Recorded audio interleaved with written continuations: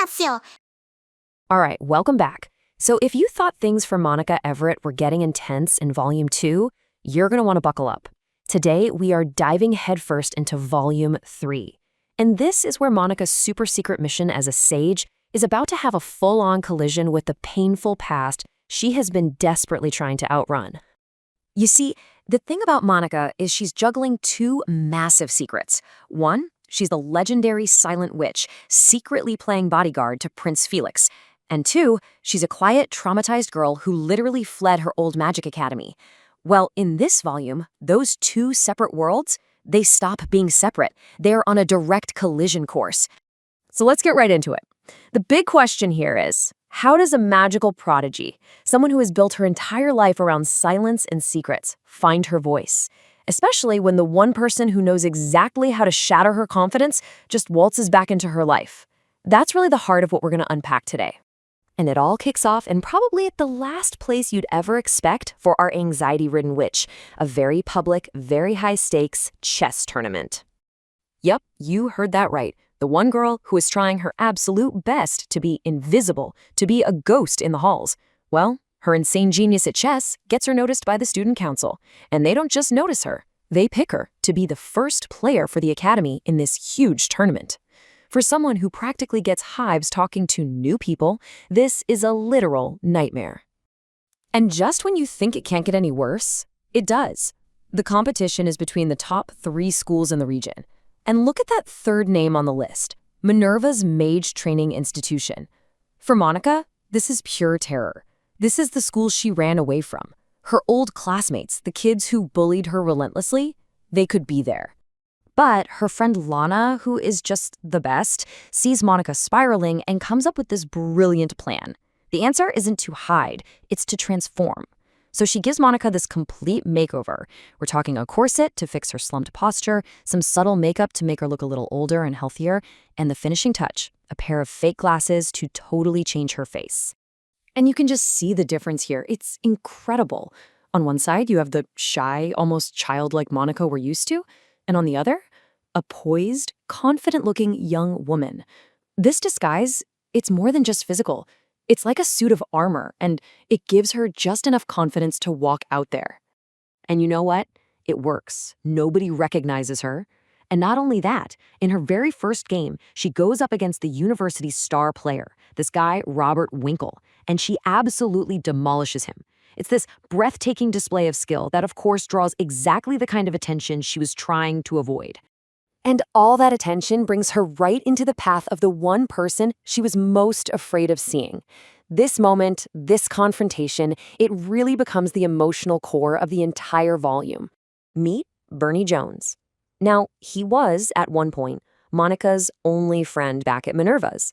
But their whole history is, well, it's messy. And unfortunately for Monica, he isn't fooled by the glasses or the makeup. He takes one look at her and he knows exactly who he's seen. So their whole friendship was built on this really toxic dynamic. See, Bernie saved Monica from bullies, but his so-called kindness was really about control. He loved that she depended on him. But the moment her own magical genius came to light, the moment she surpassed him, his ego just couldn't take it. He got consumed by jealousy and completely turned on her. So he finds her alone and just unloads on her. He calls her a dishonest cheat, says she only pretends to be weak and helpless so she can manipulate people. Every single word is a missile designed to hit her deepest insecurities. And Monica, she just freezes. She's completely paralyzed by fear. But right as Monica feels like she's about to shatter, Lana shows up. She storms in like a force of nature, physically gets between them, and just lays into Bernie. She looks him dead in the eye and calls him out on what's been true this whole time. You're just jealous of her, aren't you? And seeing her friend be that brave, it's like it flips a switch in Monica. And this is the moment. This is where everything changes. Monica finally finds her own voice. She tells him right to his face that she's done trying to earn his approval.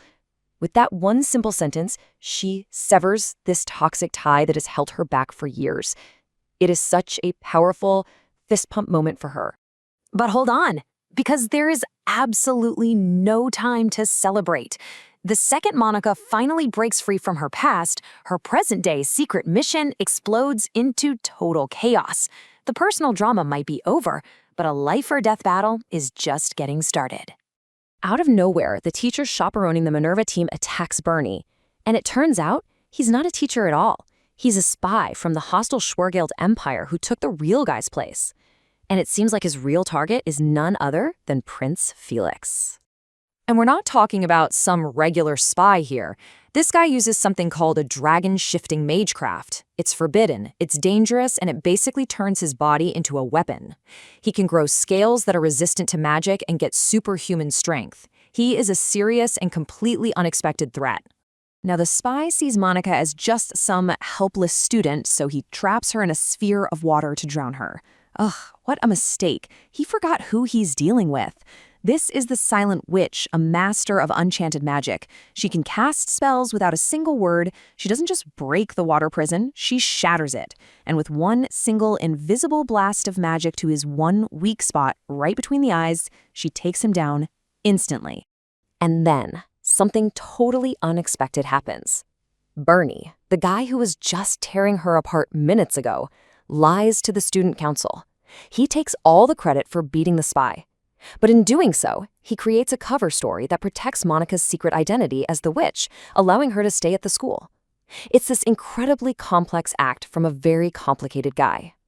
So with the spy dealt with and her secret almost blown, Monica tries to find just a moment of peace at the town's bell-ringing festival. But even in a huge crowd, trouble has a way of finding her, and it's becoming clear this conspiracy is way bigger than just one spy. The plot just keeps getting thicker and thicker.